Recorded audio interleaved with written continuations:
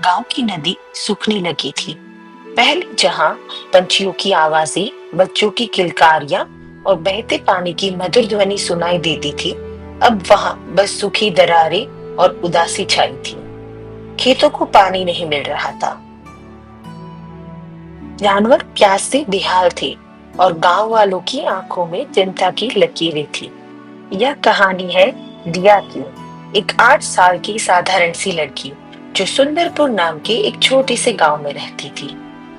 दिया बहुत ही बहादुर बच्ची थी। उसने कुछ ही दिन पहले अपने गांव को जंगल की आग से बचाया था। अब जब नदी सूखने लगी थी, तो दिया ने यह सब देखा और उसका मन बेचैन हो गया। स्कूल से लौटते समय वह हर दिन नदी किनारे जाती और वहां घंटों बैठकर सोचती रहती, क्या यह वही नदी है जिसमें हम नहाया करते थे? अब यह इतनी चुप क्यों है? एक दिन दिया अपने शिक्षक से पूछने गई, गुरुजी, नदी क्यों सूख रही है? शिक्षक ने गंभीरता से उत्तर दिया, बेटी, जंगल कट रहे हैं, बारिश कम हो रही है और हम लोग भी पानी का ज्यादा इस्तेमाल करने लगे हैं। यही सब कारण है। दिया की आंखों में चमक आ गई। वह जान गई थी कि उसे कुछ करना होगा।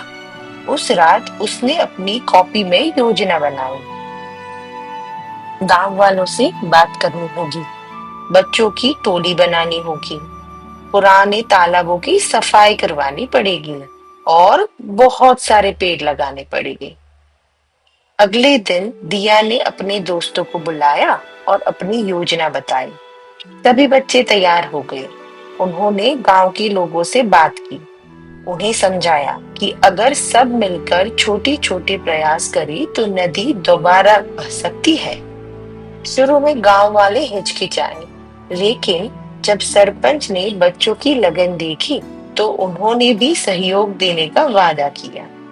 गांव की महिलाएं पुराने कुओं की सफाई में लग गई, पुरुष मिट्टी के बांध बनाने लगे और बच्चों ने पेड़ लगाना शुरू कर दिया। दिया ने स्थानीय स्कूल के बच्चों के साथ मिलकर गांव से बाहर छोटे वर्षा जल संचयन गड्ढे बनवाए। उसने शहर के एक पर्यावरण संगठन को पत्र लिखा और उनसे पानी संरक्षण की तकनीकी जानकारी भी मंगवाई। धीरे धीरे मेहनत रंग लाने लगी। अगले मॉनसून में हल्की बारिश भी हुई तो पानी जमीन में समा गया, नालियों से होकर तालाबों तक पहुंचा। गांव की नदी जो एक रेखा भर बन गई थी, उसमें फिर से पानी दिखाई देने लगा। भले ही वह पहले जितनी गहरी ना हो, लेकिन उसमें जीवन की एक नई उम्मीद बह रही थी। गांव में फिर से हरियाली आने लगी, खेतों में फसलें आ गई और जानवरों की प्यास भी बुझने लगी और सबसे बढ़कर लोगों के चेहरों पर मुस्कान लौट आई। गांव वालों ने मिलकर एक दिन नदी किनारे उत्सव मनाया। दिया को सबने मिलकर धन्यवाद दिया। जब उससे पूछा गया यह विचार कैसे आया, तो दिया ने मुस्कुराकर कहा, अगर हम सब मिलकर मेहनत करें तो सूखी नदी भी फिर से बहने लगती है। यह दिया की कहानी का दूसरा भाग है। इसका पहला भाग दिया की अग्नि परीक्षा के नाम से हमारे YouTube चैनल पे है।